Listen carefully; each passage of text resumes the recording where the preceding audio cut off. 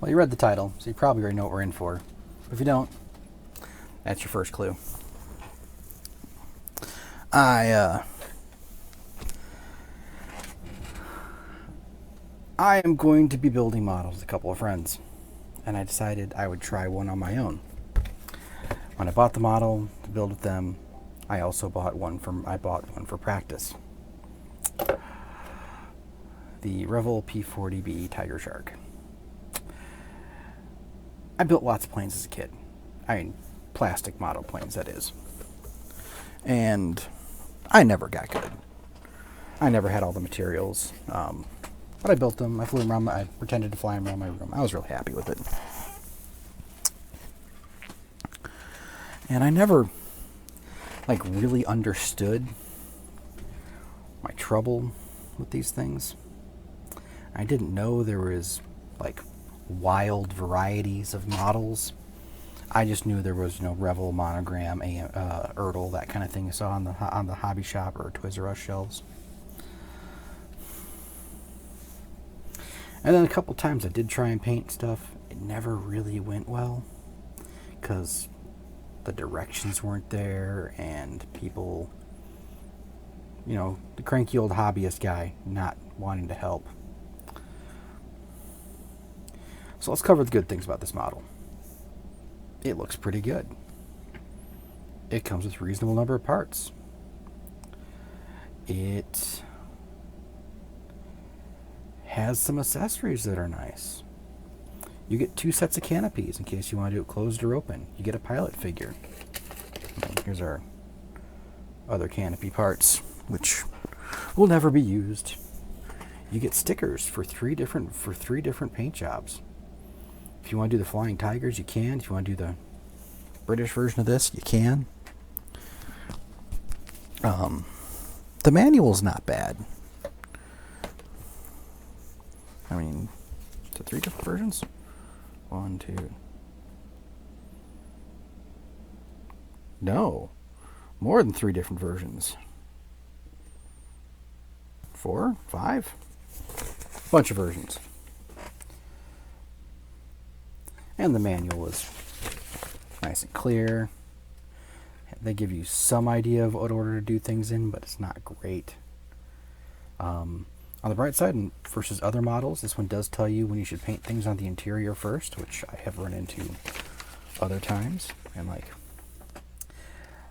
when you're assembling the landing gear, it tells you which doors to do first. I appreciate that.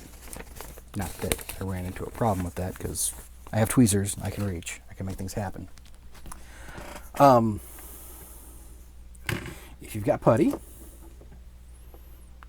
and lots of it, and you got sandpaper, sanding foam, whatever, you can make all the sins of this model disappear. Now I say sins of this model. There are a lot of them. We'll get to them in a minute. But first things first, the decals. The decals are weird. Usually if I throw water slide decals in a cup of water, I can apply them to a model in 30 seconds, 15 seconds. Really not much time at all. The ones that come with this plane, they need to sit in the water for a solid 2 minutes, if not more. And even then, they're really kind of stuck to the paper. They just don't want to come off. But on the bright side, the decals almost don't need the decal solvent. If you just put them on and push them down with a piece of a paper towel, they've conformed all the rivets, and boy, there are lots of rivets on here. All those rivets, those are individual heads everywhere.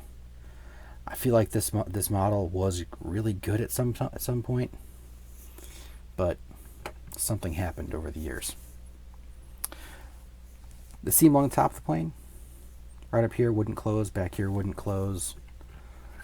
Bottom of the cowl, that seam across the bottom right there, that's all puttied. Tail was puttied. The wing roots were puttied. It needed it everywhere.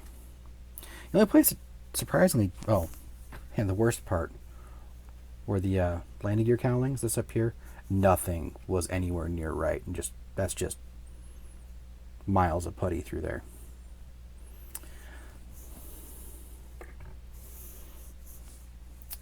So, I didn't know you could, like, modify kits when I was a kid, and I didn't realize that sometimes they just sucked. So on this one, I had to trim some of the mold release pins out of the seams to get them to mate. Inside the wing over here, I had to remove entirely the locating pin over here, most of the pin right here, to get the wingtips to close. Did I have to do anything on the tail? I had to clean some stuff up on the tail to get that to close too. There were a lot of places this kit needed work. I haven't built many of these, but as of late I've been used to the stuff that I built from Tamiya or from Losi or even Bandai with the Gundam kits. This needed work. When it says it's level 4, it is. But it looks like a decent airplane. So, for 16, well, I think I paid $17 for it. For 17 bucks, I don't know. I don't know how I feel about it. Maybe it's okay. Maybe it's not. That's up to you.